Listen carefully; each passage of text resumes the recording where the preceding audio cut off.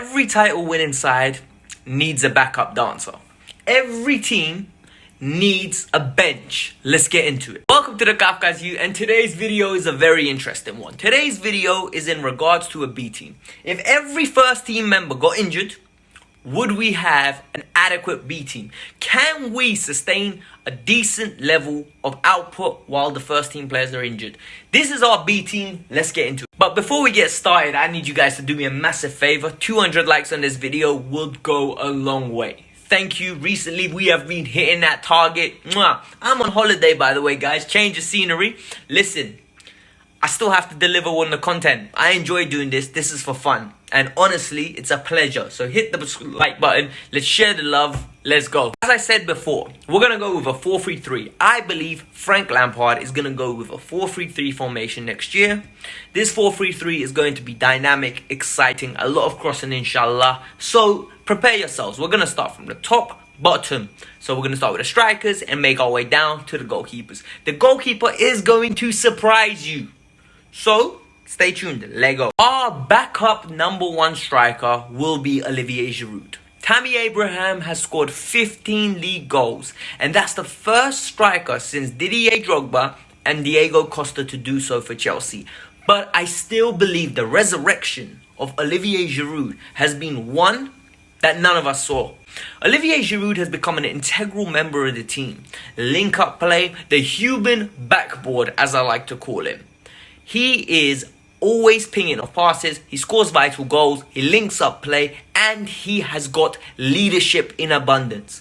Not the vocal type of leader that talks a lot and demands stuff, but verbally, he's a leader in the sense that he leads by example, puts his body on the line, and I can imagine he's an absolute beast in training. So I think our backup striker is going to be Olivier Giroud. Our left winger will be Hudson Odoi. Hudson Odoi will not be a starter next year. But to have Callum as an option is fantastic. A young, hungry player ready to prove himself. Callum got a fantastic contract and committed to the club for the foreseeable future. And that makes me very happy because having an impact sub like Callum, who believes he's better than Christian Pulisic, who most probably believes he's better than Hakim Ziyech, is going to be very promising and exciting to see how he develops. I think he can add goals to his game, but his link-up play, his ability to be a man, his versatility to whether he wants to play behind the striker, right wing or left wing, is going to be a tremendous asset. And as soon as Lampard starts backing him, we are in business. The right wing position, we don't have a fourth choice right winger. So I believe Ruben Loftus-Cheek and Mason Mount will share that role. But as I said, Mason Mount will be a starter in my other video. Make sure you go check that out. It's a quick plug. I'll put it at the end of the video so you can click and we'll check it out. I think Ruben will be the alternative for the right wing. Ruben Loftus-Cheek is a special player. But Ruben Loftus-Cheek is what I like to call Kawhi Leonard. Ruben has all the ability, all the prowess to become a phenomenal footballer. He just can't stay fit. You can't count on him. That's the issue with Ruben Loftus-Cheek. If I can't count on you to be in my team, I can't build a team around you. If I can't count for you to play 2 games in a week, that's worrying. But he's got all the ability. Everything you want. Goal scoring midfielder. 100%. You saw that under Sarri. Passing. Very pinpoint good passer. Driver of the ball. I don't think there's anyone in the league better at carrying the ball from midfield than he is. He reminds me of Yaya. Then we need to focus on the midfield 3. Mateo Kovacic is going to be the impact sub. He is the perfect utility player. You want him to play cam, he can do it. He won't get goals and assists, but he can play that role. Do you want to play centre midfield, box to box, his natural position? No problem, he can do it. Defensive mid, he'll do a job. He is such a good utility player to have in the team. In some aspects, I think he's got too much flair. He's on a vibes thing too much for me. There are occasions where I need more goals and assists from my starter. But he is so good to have in the squad. Someone gets injured, dash him in. He does such a good job that you don't have like an ounce of doubt when you put him in. You know what you're getting from Kovacic. Very, very good player. Reliable. You need players like him to win league titles. He will never be an issue. I believe Frank Lampard loves this guy more than he lets out. I believe that Billy Gilmour is going to be at the right-hand side of that midfield. Billy Gilmour can play box-to-box, but he gets put into the regista role a lot because of his technical ability. He used to play for the youth academy in a role where they played 4-2-3-1. He always would bomb forward, pose a good threat, score a decent goal. He is so technically gifted and versatile that it would be a shame for us to limit him in the regista role. I think it'll be good for his development to get into the final third, start making the decisions in a backup role. But Billy Gilmour, once he gets back from his knee injury, he's going to be back and raring to go. So I think he's going to be the right centre midfielder. The way the market has panned out, with Maurizio Sarri gone, Maurizio Sarri is out of here. Maurizio Sarri is no longer the Juventus manager. No longer. So, yes, that was an Italian accent. No, I am not Italian. Don't laugh at it. But Jorginho is going to be sitting, right? Jorginho is going to be the holder at the regista. That is a tremendous option, guys. On a level, no one else is going to buy Jorginho right now. I think we need to wait for Sarri to get another job, and he'll come calling.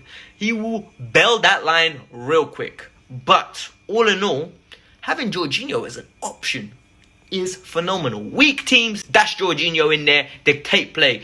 Give Kante a rest. Because you know Frank will put Kante as a defensive midfielder on regular games. But weak teams, Jorginho is integral there. And he is a viable option. Now, he ain't going nowhere. I'm telling you now. Now we're looking at the right back. For me, I think Reece James is taking the right back spot for the first team. So Cesar Azpilicueta will play a vital role as the understudy.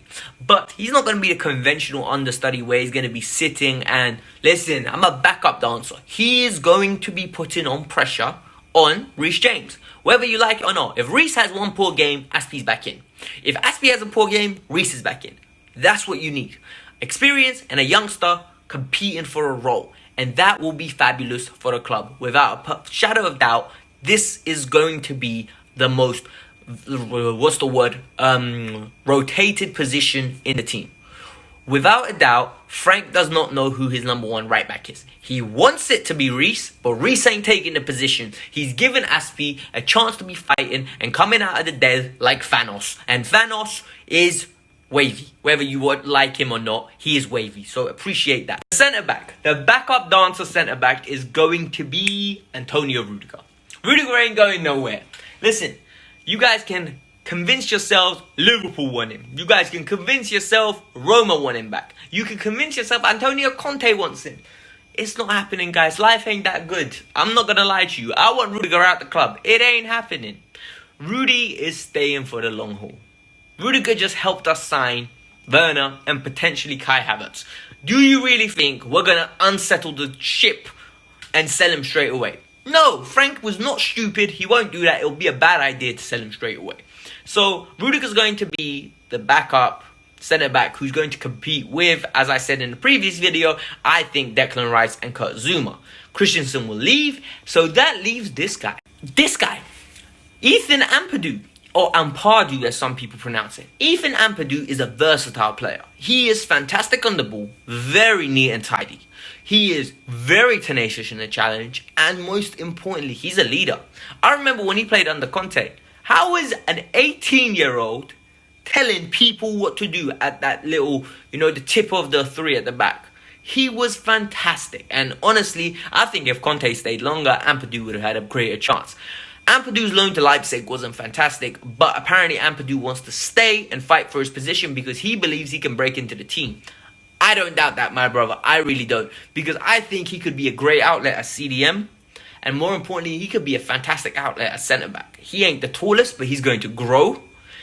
And he ain't the strongest, but hit the weights, innit? Hit the weights. But I think he's going to be a tremendous outlet to have in a team. Very versatile. I'm keen to see him. Our left back is going to be Marcos Alonso, the backup left back. Alonso is staying. No one will pay the money that is requested to get him. Plus, he offers us versatility to go to a 5 at the back whenever Frank wants, because Frank loves that formation. So Alonso will stay. I know on good accord. Trust me on this one. Trust me on this one. I ain't saying I got sources, but I know a certain somebody in it. Everson won't be at Chelsea next year. Emerson's agent's looking for a way out. This ain't exclusive news. This has been reported. But I know a certain somebody that has told me that Mr. Emerson Palmieri will not be at Chelsea. He is trying to get his way out of the club. Is not confirmed where. He eventually wants to play for Barcelona. That's what I was told. So it is what it is, innit? Take it how you want. Don't give me abuse. Yeah, you ain't got choices. Listen, I'm telling you what I know. You guys aren't going to like this. And this is the main event. It's going to be Ben Foster. We're going to get Ben Foster as a backup. Ben Foster is going to be a backup that's going to push Kepa or take Kepa's spot in the team. And once he comes in, I ain't got a problem with that. Great shot stopper, good leader. You can see he's got good influence in the dressing room, holds people accountable. He is a player you need in your team. The experienced goalie that's better than Caballero, 100%. He was actually good for Watford. He's going to be cheap. He's going to be a good alternative. And most importantly, a good stopgap goalkeeper. We're not getting rid of Kepa. Be real. Kepa's going to start the season as the number one. We're not getting Oblak. We don't have the funds to be spending that kind of P. Stop it. Don't do it to yourselves. It's not good for you. Alright? So, let's face it. Ben Foster's going to be the you. He's going to be the keeper. And I think he's going to be a great keeper for Chelsea. There are links linking him to Chelsea already. And I think this deal will... So that was the team. I need to hear your B team. So, if you haven't seen the A team, the video is going to come up at the end. Take a look at it. And let me know your thoughts. But now, tell me, do you think that's good enough of a squad to win the league next year, compete for top 4, third place? I think it is. I think it's good enough to compete for third. I think our manager is the issue. He needs to learn because he's young. I don't have a problem with Frank learning. The problem is he's learning at Chelsea. I don't want to be that kind of club. I don't want to be so patient in the sense that we've got great players now. Timo, Werner, Hakim, Ziyech, Christian Pulisic, Hudson Odoi. If the threat is there to PAM teams. And we have to be patient for Frank not to be tactically naive. Like, it's very jarring. It's irritating. But we have to be realistic. Frank is all we have. Let's give him a chance. Let's back him. Potentially Kai Havertz, man, them. Kai. That was the team. I hope you enjoyed it. Hit the like button. Subscribe to the channel. We growing on a level. We're growing. I don't know how this is happening. I was making videos for a year. None of you lot were watching. All of a sudden, one thing clicked and all of you lot are watching. I really appreciate it. I'm not going to lie to you lot. Thank you for watching. Stay tuned. Check the other video out. It's very good. It got bare love. I don't know why it got so much love. All my videos are good. All of them should be getting love. But on a level, you guys, thank you very much for everything. So check out the videos. Subscribe to the channel. 200 likes. Let's hit it again. Peace out. I'm out. Bye.